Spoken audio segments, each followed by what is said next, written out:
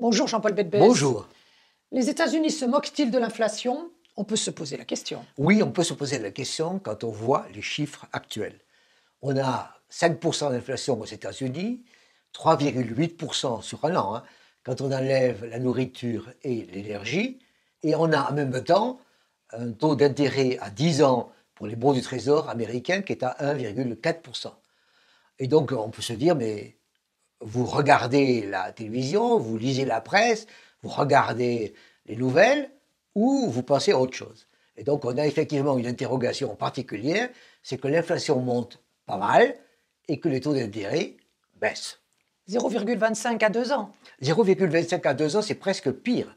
C'est-à-dire que 0,25 à 2 ans, ça correspond donc au bon du Trésor qu'achètent à l'heure actuelle des entreprises et des personnes, alors qu'en même temps, la Banque centrale américaine dit que dans 2 ans, d'après elle, l'inflation sera à 2,3%. Donc 2,3% dans 2 ans, alors que j'achète à 0,25% aujourd'hui pour du 2 ans, c'est effectivement problématique. Mais en fait, que dit vraiment la Fed? Ce que dit vraiment la Fed, ce qui explique ce paradoxe, c'est que tout ceci est transitoire. C'est-à-dire que les chiffres qu'on a d'inflation à 5 et à 3,8 vont s'estomper. Et que tout ceci va s'atténuer, voire disparaître, tout simplement parce qu'il y a eu des prix qui étaient très bas avec la crise du Covid dans l'énergie en particulier. C'est un rebond. Et c'est un rebond et ça va s'estomper fondamentalement.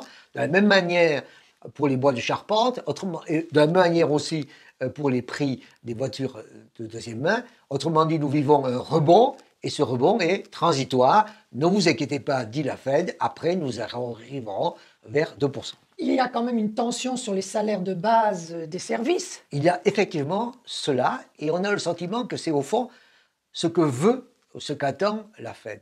C'est-à-dire que l'on a l'idée que l'on a une première vague de hausse des prix, qui est celle qui a amené à 5%, et que celle-ci devrait s'estomper.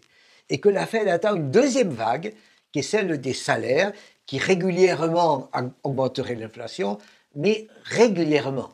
Et ce sont des salaires qui augmenteraient en particulier dans la restauration, dans l'hôtellerie, et des salaires qui étaient très bas, ce qui permettrait à la fois d'augmenter le revenu, d'augmenter l'activité économique et de lutter contre le chômage. Autrement dit, cette deuxième vague d'inflation est en quelque sorte celle qui est bienvenue pour la Fed et qu'elle attend.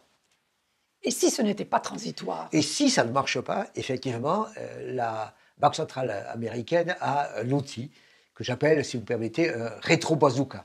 C'est-à-dire qu'elle dirait « Ah, j'ai plus d'inflation que prévu. Ah, les salaires augmentent plus que prévu. Et donc, je vais acheter moins de bons du Trésor, moins d'obligations d'État, plus privées les mois qui arrivent. J'en achète 120 milliards par mois. Et donc, il suffit d'ailleurs que je dise que j'en achèterai moins dans les 2 ou 3 mois qui arrivent pour que les taux d'intérêt se mettent à monter. Autrement dit, ce rétro-bazooka fonctionne à l'annonce, avant même d'acheter moins, et calmerait le jeu. Mais à ce moment-là, les taux montent. À ce moment-là, les taux montent. Mais c'est ce que préparerait la Fed au cas où.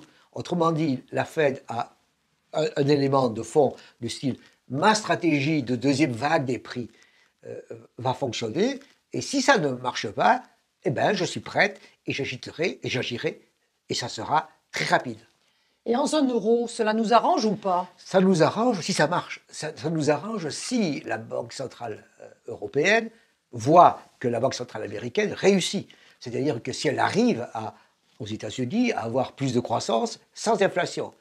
Et bien entendu, à ce moment-là, on dira, ça y est, c'est vertueux, et c'est au fond ce que nous voulons faire en zone euro. Si ça ne marche pas, et si le rétro-bazooka américain doit fonctionner, à ce moment-là, nous, on en souffrira, parce que l'on aura des taux d'intérêt plus élevés en zone euro, alors que c'est déjà le cas. Donc vous voyez bien que l'inflation américaine est déjà là, mais c'est une première vague. La deuxième vague devrait venir, souhaitons qu'elle soit calme. Donc, conclusion, espérons que la Fed a raison sur l'inflation. Espérons, oui.